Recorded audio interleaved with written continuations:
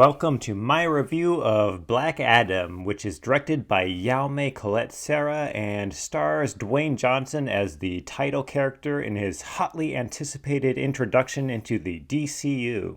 He plays Black Adam, who was first introduced in the comics as one of Shazam's arch-enemies, although later he became more of an antihero, as he is portrayed in his film debut. In 2600 BC, the tyrant king of Kahndaq enslaves his people and forces them to mine the land for the precious resource Eternium, which the king wants in order to complete his magical crown, called the Crown of Sabak, which is kind of like the Ring of Power, granting its wearer the power to unleash hell on earth. The wizards of Kahndaq give a young slave the powers of Shazam, which transforms him into Tete-Adam. With his new superhuman powers, he kills the king. Fast forward to the present day, Kahndaq is still oppressed. However, this time it isn't a tyrannical king, but a criminal syndicate called the Intergang, which is exploiting the country for its precious resource Eternium. While searching for the Crown of Sabak, an archaeologist awakens Black Adam, who has been imprisoned for centuries. Angry and vengeful, Black Adam starts recklessly taking down Kahndaq's oppressors with his dark brand of vigilante justice. In order to keep him in check, the Justice Society of America tries to stop him, at least until a much bigger threat surfaces. Dwayne Johnson's superstar power is the driving force of the movie. Really, he was born to play a superhero. His intimidating physical dominance and authority is on full display, and it is pretty cool to see him playing a darker character. Although I will say that despite Black Adam's moral ambiguity as an advocate for force and violence, I was never really in doubt that he would eventually do the right thing. His character isn't as internally conflicted as the script wants him to be, partly due to Dwayne Johnson's irresistible charisma and likability. Even when he's leveling cities, it's hard not to like him since you kinda know his heart is in the right place. He's really a family man with family values who got screwed over. Sure, he acts as the judge, jury, and executioner, and his brutal methods could be seen as fascist and excessive, but he mostly targets the one-dimensional villains who are mostly just there as cannon fodder, so it doesn't create as much of a moral dilemma. That said, the film's brutal action scenes were reportedly cut down and edited to meet the standards of a PG-13 rating.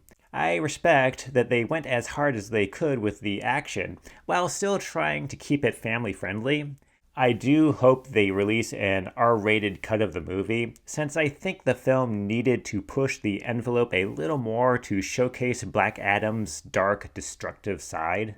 But maybe they didn't want to alienate the general audience by making him too unsympathetic. So, how was the action? This is a superhero beat-em-up movie, and it's pretty unapologetic about that. The action is non-stop. When Black Adam is awakened from his slumber, his intro scene is pretty brutal and badass. Probably the coolest part for me was when he demolished a group of Intergang members, dispatching one guy in a Mortal Kombat-style fatality. That was awesome.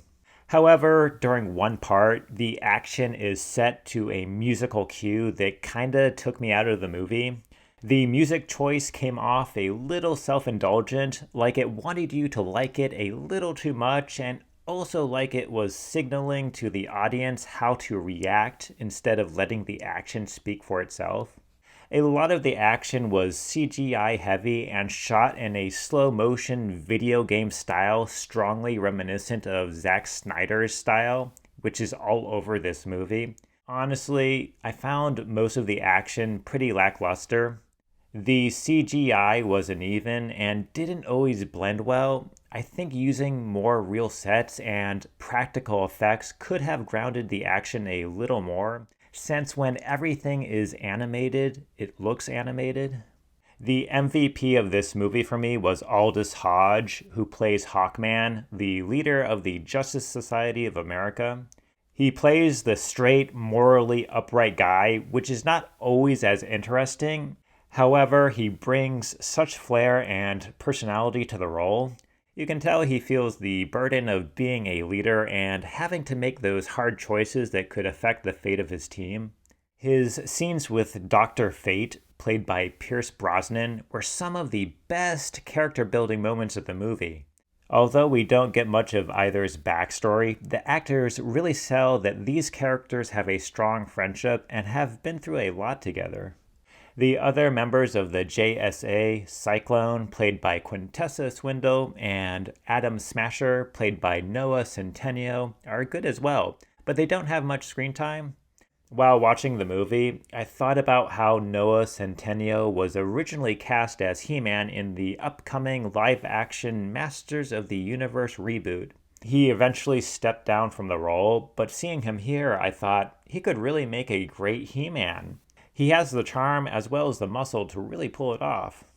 I liked the introduction of the JSA, which for me harkened back to that golden age of superheroes, where you can just feel the dawn of a new age, where superheroes rise to vanquish evil, and everything has a hopeful, optimistic glow about it. Of course, Black Adam muddies the waters, and the line between good and evil isn't so clear anymore. It was fun to see these Golden Age-style superheroes confront a more complicated, flawed antihero, who can perhaps get the job done better than a hero held up on a pedestal. There is also some social commentary about foreign occupation in the Middle East and exploiting other people and their land for resources, which the movie doesn't really develop or take anywhere interesting, although it did bring some realism and adult issues to an otherwise cartoonish superhero beat-em-up movie.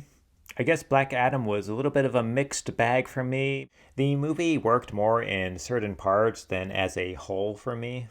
It didn't pause the action often to flesh out the plot and characters, so ended up relying on awkward exposition scenes, which didn't always tie everything together.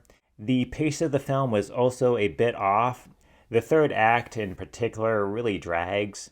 You think the film has ended at one point, but then it starts up again with another big CGI extravaganza. By then, I was kind of over it. If you're a Zack Snyder fan, I think you'll love how they're preserving elements of his vision for the DCU, particularly in the mid-credit scene at the end, which will get many excited for what comes next. It was a pretty awesome moment, I gotta say. I do respect The Rock's commitment to the character, but found the film as a whole too hampered by pacing issues and excessive CGI to get me very invested in the action, story, or characters. Anyway, I hope you enjoyed the video, and if you haven't, please like and subscribe, and I will look forward to seeing you all in the next video.